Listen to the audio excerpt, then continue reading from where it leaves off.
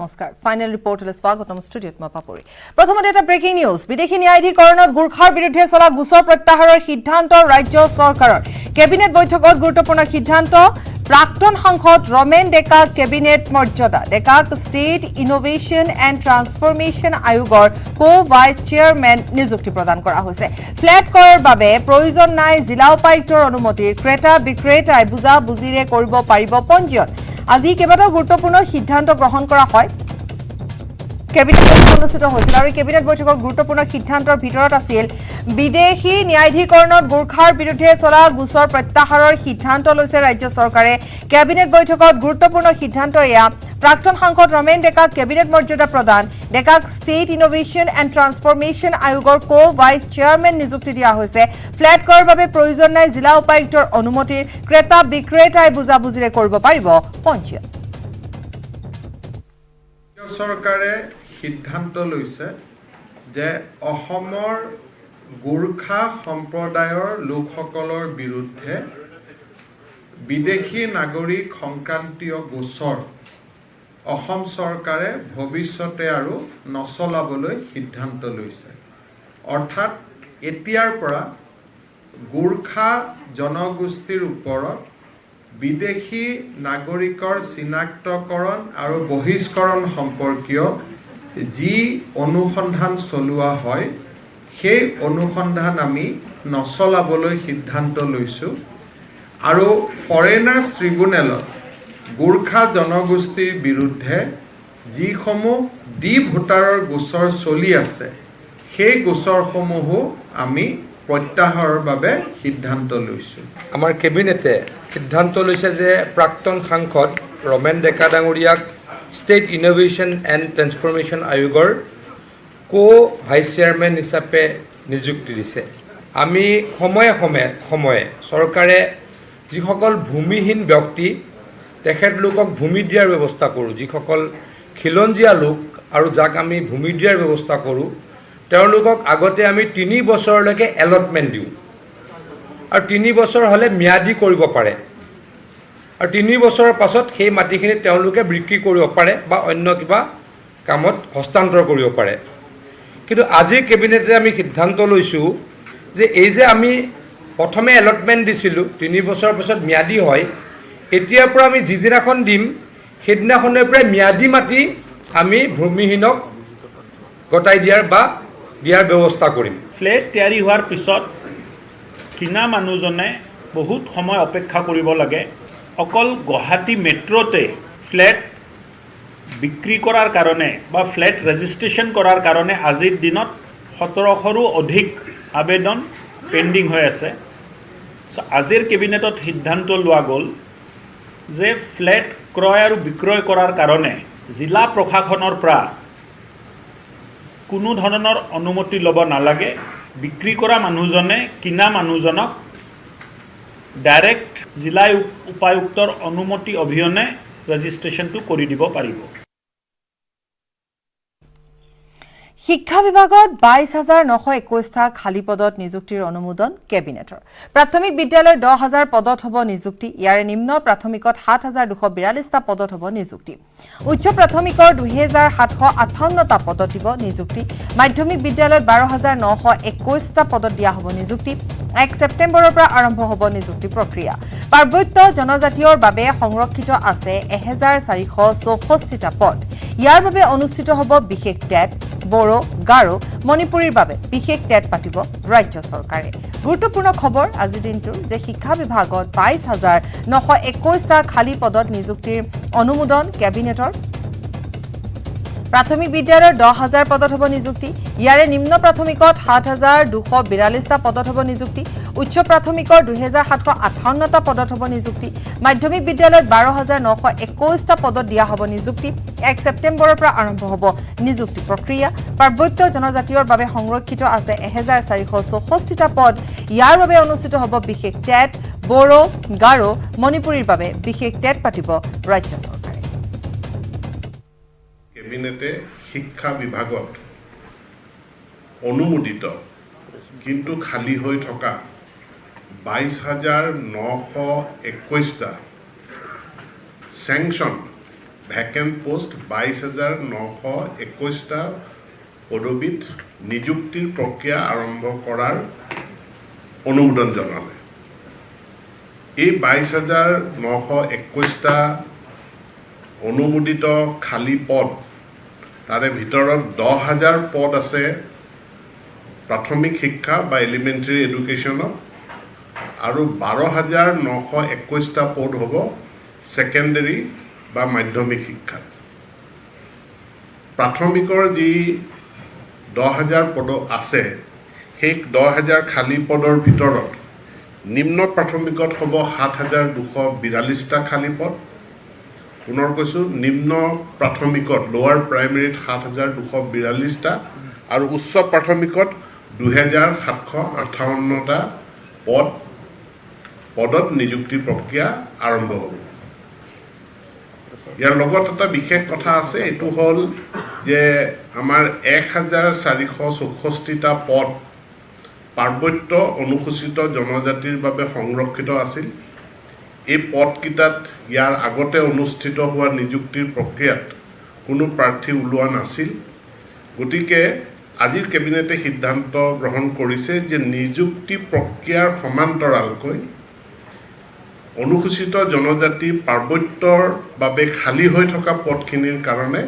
বিশেষ এটা টেট পৰীক্ষা অসম চৰকাৰে অনুষ্ঠিত কৰিব। পাৰ্বত্য জনজাতিৰ কাৰণে এই বিশেষ টেট পৰীক্ষাৰ উপৰিও বড়ো মাধ্যম, গাৰো মাধ্যম আৰু মণিপুৰী মাধ্যমৰ কাৰণেও বিশেষ টেট পৰীক্ষা অসম চৰকাৰে অনুষ্ঠিত কৰিব। এতেকে খুব সোনকালে অহা 1 ছেপ্টেম্বৰৰ পৰা এই 22,921টা শিক্ষা বিভাগৰ পদ পূৰণ কৰাৰ প্ৰক্ৰিয়া, ইয়াৰ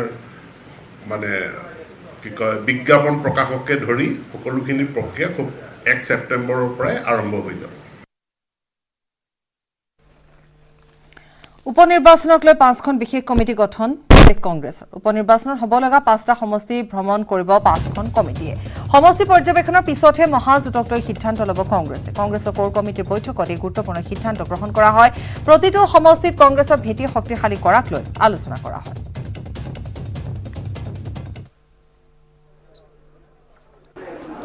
প্ৰথম কথা হৈছে, আজি আমাৰ কোৰ কমিটিৰ সভাই আমাৰ দলৰ এখন হায়েষ্ট ডিচিশ্যন মেকিং বডি, আমাৰ হায়েষ্ট ডিচিশ্যন মেকিং বডিয়ে মোক এইটো কৰ্তৃত্ব দিছে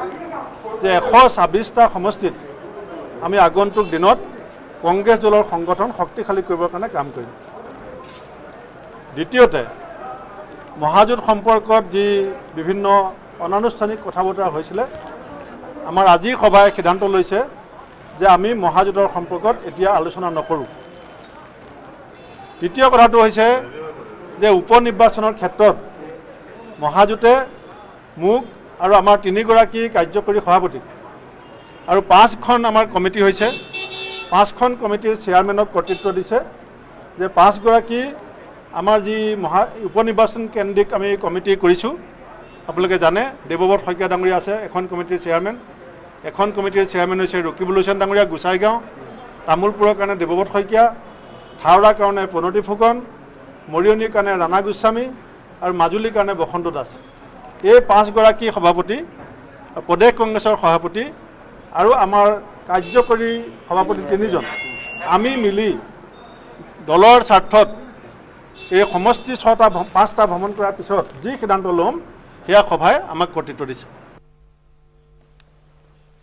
খবৰ আৰু আছে, সময়টি বিৰতি।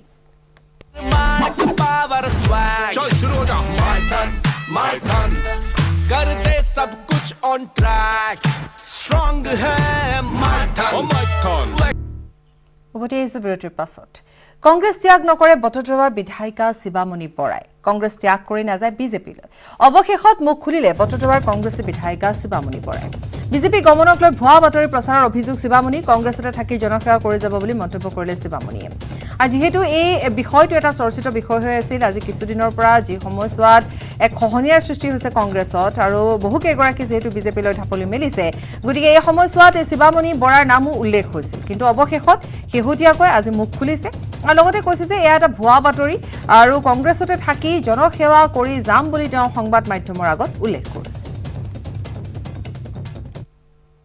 আমি বিৰোধী কৰিছোঁ তেওঁলোকৰ চৰকাৰখনৰ ষ্টেবিলিটি নাই তেওঁলোকে এতিয়াও ভাগ হৈ আছে লবি ছিষ্টেম হৈ আছে যে আমাৰ কংগ্ৰেছৰখিনি আকৌ মিলেহে তেওঁলোকে ষ্টেবল এখন চৰকাৰ বনাব পাৰিব নেকি সেইকাৰণে ভাবিছোঁ তেওঁলোকে এইটো কিহৰ কাৰণে কৰিছে মই নাজানো আমি শেষ মুহূৰ্তলৈকে আৰু মইতো কংগ্ৰেছ হৈ জীয়াই আছোঁ কংগ্ৰেছ হৈ মৰিম লাষ্ট মুহূৰ্তলৈকে আৰু উন্নয়নৰ কাৰণে আহিছোঁ সমাজৰ উন্নয়নৰ কাৰণে বা সমষ্টি এটা উন্নয়নৰ কাৰণে আহিছোঁ তাতে বিধায়িকা হৈছোঁ এটা দলৰ পৰা মোক স্বীকৃতি দিছে আৰু এটা বেলেগ দলত গৈ পেলাই একেইটো কাম কৰিলোঁ আৰু কুৱেশ্যন ডাজ নট এৰাইজ কোনো হ'বই নোৱাৰে যে মানে শিৱামণিৰ পৰা বিজেপিলৈ যাব সেইটো কাৰণে কৈছোঁ ব্ৰেকিং নিউজ কামৰূপৰ দদৰা আৰক্ষীৰ বৃহৎ সফলতা আৰক্ষীৰ তালাচীত জব্দ হৈছে 1 কোটিৰ সোণৰ বিস্কুট চোৰাং সোণসহ 2 সৰবৰাহকাৰী গ্ৰেপ্তাৰ হৈছে ধৃত নবাব আলী আহমেদ আৰু আব্দুল সুবুৰুদ্দিন গ্ৰেপ্তাৰৰ সময়তে আৰক্ষীক উৎকোচ দিয়াৰ চেষ্টা 2 সৰবৰাহকাৰী 2 সৰবৰাহকাৰীয়ে আৰক্ষীক দিছিল সোণৰ প্ৰলোভন সোণ সৰবৰাহকাৰীৰ অফাৰ গ্ৰহণ নকৰিলে 2 আৰক্ষীয়ে দদৰা আৰক্ষী চকীৰ কনিষ্টবল তনুক চন্দ্ৰ দাস আৰু সহকাৰী উপ পৰিদৰ্শক কুমুদ তালুকদাৰে গ্ৰেপ্তাৰ কৰে 2 সৰবৰাহকাৰীক I-20 বাহনেৰে গুৱাহাটীৰ পৰা বৰপেটালৈ সৰবৰাহ কৰিছিল চোৰাং সোণ পুলিচে কিয় ধৰিছে সোণৰ কাৰণ কলাৰ কাৰণে ধৰিছে জালুকবাৰীৰ পৰা কলৈ নিব আনিছে ক'ত লৈ যাই আছিল বৰপেটা কিমান মান আছিল সোণ 4 পেকেট হা 4 পেকেট কিমানখন আছিল কোনে দি পঠাইছিল আপোনালোকক কোনে দি পঠাইছিল আব্দুল মালিক বাক্সাৰ বাঁহবাৰীত দিন ডকাইতি গ্ৰাহক সেৱা কেন্দ্ৰত পিস্তল দেখুৱাই লুটিলে 4 লাখ টকা বাঁহবাৰীৰ ফাতেমাবাদ চাহ বাগিচাৰ ষ্টেট বেংক অফ ইণ্ডিয়াৰ গ্ৰাহক সেৱা কেন্দ্ৰত সংঘটিত হৈছে এই ঘটনা দিন দুপৰতে সংঘটিত ডকাইতিৰ ঘটনাই সমগ্ৰ অঞ্চল জুৰি চাঞ্চল্যৰ সৃষ্টি কৰিছে ইতিমধ্যে ৰাইজৰ সহযোগত আৰক্ষীয়ে আটক কৰিছে এজন ডকাইতক জব্দ কৰিবলৈ সক্ষম হৈছে 3জনীয়া ডকাইতে ব্যৱহাৰ কৰা 2খন মটৰচাইকেল ইপিনে ধৃত ডকাইতক বাঁহবাৰী আৰক্ষী চকী জেৰা চলোৱাৰ বিপৰীতে পলাতক 2 দুৰ্বৃত্তৰ সন্ধানত আৰক্ষীয়ে অব্যাহত ৰাখিছে অভিযান পুনৰবাৰ কৈছো যে এই মুহূৰ্তত এটা দিন ডকাইতিৰ ঘটনা সংঘটিত হৈছে ফাতেমাবাদ চাহ বাগিচাৰ ষ্টেট বেংক অফ ইণ্ডিয়াৰ গ্ৰাহক সেৱা কেন্দ্ৰত সংঘটিত হৈছে এই ঘটনা দিন দুপৰতে সংঘটিত ডকাইতিৰ ঘটনাই সমগ্ৰ অঞ্চল জুৰি চাঞ্চল্যৰ সৃষ্টি কৰিছে ইতিমধ্যে ৰাইজৰ সহযোগত আৰক্ষীয়ে এটা ডকাইত আটকো কৰিছে জব্দ কৰিবলৈ সক্ষম হৈছে 3জনীয়া ডকাইতে ব্যৱহাৰ কৰা 2খন মটৰচাইকেল ইপিনে ধৃত ডকাইতক বাঁহবাৰী আৰক্ষী চকী জেৰা চলোৱাৰ বিপৰীতে পলাতক 2 দুৰ্বৃত্তৰ সন্ধানত আৰক্ষীয়ে অভিযান অব্যাহত ৰাখিছে 3জন মানুহ আহিছে মানুহ আহি কিনে 2জনে সোমাই গৈছে এজনে বাইকত আছে বাইকত থাকোতে মই যেতিয়া ওলাই আহিব খুজিছোঁ দোকানৰ পৰা তেতিয়া মোক পিস্তল দেখাই কিনে 2খন বাইক গুচি গৈছে 3টা মানুহে এই সময়ত দুপৰীয়া আপুনি কি কৰিব আহিছিল মোৰ দোকান আছে সন্মুখত দোকান আছে দোকানত মোৰ একেলগে আমি ফেমিলি নিচিনাকৈ থাকোঁ মোৰ আপোনাকো পিস্তল দেখাইছে মোকো পিস্তল দেখুৱাইছে মানে মই ভাত খাব মাতিব আহিম দুপৰীয়া টাইম এজনক ভাত দিছোঁ আমাৰ মালিকক ভাত দি থৈছোঁ তাৰপিছত মই ভাত খাব মাতিব আহিম যে তেতিয়া 2জনে লুটি লৈ কিনে ইয়াতে বেগত পইচা কিবা কিনি বান্ধি আছিলে বান্ধি থাকোঁতে মই দেখা পাই মই পূৰা ভয় খাই গৈছোঁ ভয় খাই যোৱাতে মই ভিতৰত যাই মোৰ মালিকক কৈছোঁ ভাইটিৰ দোকানখনৰ পইচাবিলাক লুটি লৈ গ'ল নেকি সিহঁতে চোৱা বাইক দুখন সি আহি পাওঁতে মানে পূৰা যাই কিনে ইপিনে ৰাস্তা এটা আছে মানে পূৰা স্পীডত টাৰ্ণিং লৈছে 2টা গাড়ী তাৰপিছত এওঁ চাব নোৱাৰিলে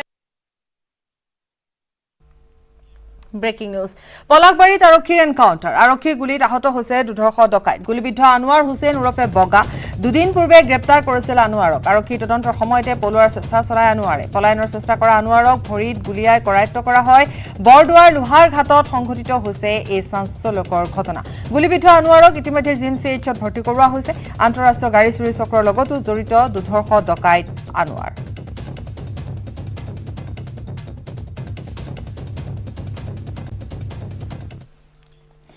ভোগেশ্বৰ বৰুৱা দীপাংকৰ ভট্টাচাৰ্য শিৱ থাপা জয়ন্ত তালুকদাৰ হিমা দাসে হাৰুৱা কৰা অসমৰ ক্ৰীড়া ক্ষেত্ৰক বিশ্ব দৰবাৰত জিলিকাই তুলিলে লাভলীনাই 125 বছৰীয়া অলিম্পিকৰ ইতিহাসত অসম কন্যা লাভলীনাই আজৰি আনিলে প্ৰথমটো পদক এই প্ৰতিবেদন আগবঢ়াই বাতৰিৰ পৰা বিদায় লৈছো নমস্কাৰ অসমৰ ক্ৰীড়া জগতত নৱযুগৰ সূচনা অলিম্পিক পদকেৰে ইতিহাস ৰচনা অসম কন্যা 125 বছৰীয়া অলিম্পিকৰ ইতিহাসত অসমৰ খেলুৱৈৰ প্ৰথমটো পদক ৰেড কাৰ্পেটেৰে অসম কন্যা লাভলীনাক আদৰিবলৈ সাজু ৰাজ্য চৰকাৰ ভোগেশ্বৰ বৰুৱা তয়বুন্নিছা দীপাংকৰ বৰুৱা শিৱ থাপা জয়ন্ত তালুকদাৰ হিমা দাসে হাৰুৱা কৰা অসমৰ ক্ৰীড়া ক্ষেত্ৰক বিশ্ব দৰবাৰত জিলিকাই তুলিলে লাভলিনাই 125 বছৰীয়া অলিম্পিকৰ ইতিহাসত অসম কন্যা লাভলিনাই আজৰি আনিলে চৰম প্ৰাপ্তি এটা অলিম্পিক পদক যাৰ বাবে যুগ যুগ ধৰি লক্ষ লক্ষ ক্ৰীড়াবিদে কৰে কৃষ্য সাধনা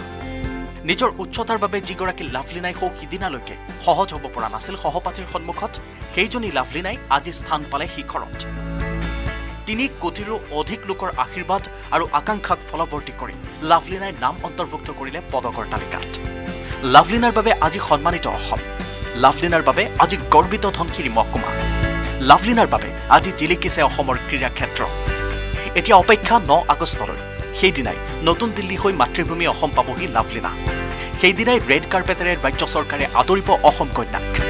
ৰাজ্যিক মৰ্যাদাৰে আদৰণি জনোৱাৰ পিছত শ্ৰীমন্ত শংকৰদেৱ কলাক্ষেত্ৰত সম্বৰ্ধিত হ'ব লাভলিনা বৰপথাৰৰ 12মুখীয়া গাঁৱৰ ঘৰতো চলিব বিপুল আয়োজন এতিয়া অসমবাসীৰ ভৰসা লাভলিনা অসমৰ ভৱিষ্যত লাভলিনা